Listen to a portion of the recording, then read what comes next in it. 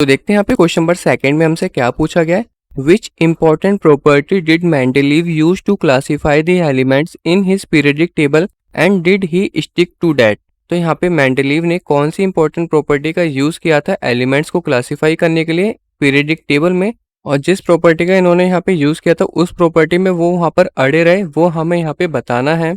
तो सबसे पहले यहाँ पे जो मेंडलीव ने एलिमेंट्स को क्लासीफाई किया था वो यहाँ पे फिजिकल एंड केमिकल प्रॉपर्टीज से किया था, और जो यहाँ पे अरेंज किया था वो यहाँ पे उसके एटॉमिक वेट के हिसाब से किया था।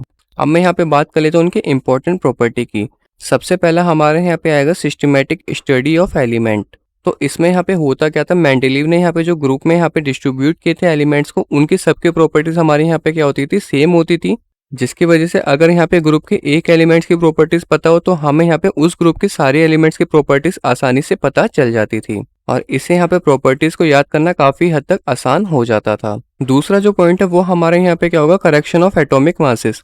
जैसे कि हमारे यहाँ पे बेरिलियम का जो यहाँ पे पहले मास था वो हमारे यहाँ पे क्या था, 13.5 था, जबकि उसका जो एक्चुअल मास है वो हमारे यहाँ पे कितना होना चाहिए था, 9 होना चाहिए था। ऐसे ही हमारे यहाँ पे गोल्ड, प्लेटिनम और भी हमारे यहाँ पे ऐसे एलिमेंट है जिनका यहाँ पे मेंडलीव ने एटॉमिक मास को क्या किया था, करेक्ट किया था।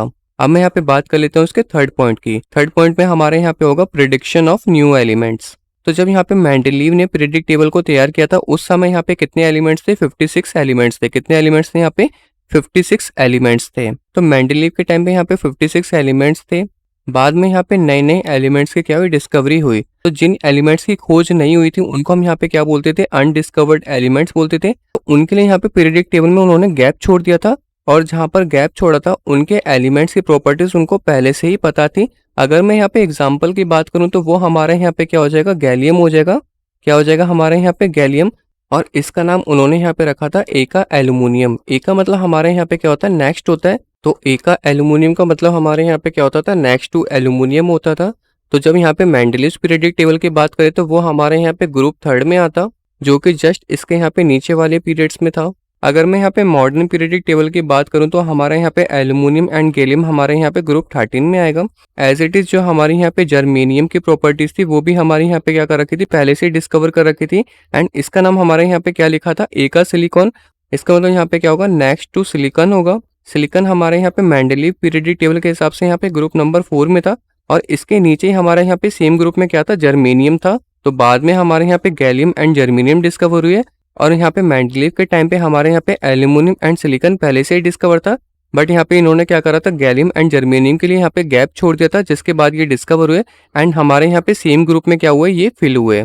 तो मेंडलीव्स के टाइम पे जो हमने यहाँ पे एलिमेंट्स को क्लासीफाई किया था वो यहाँ पे एटॉमिक वेट के हिसाब से किया था।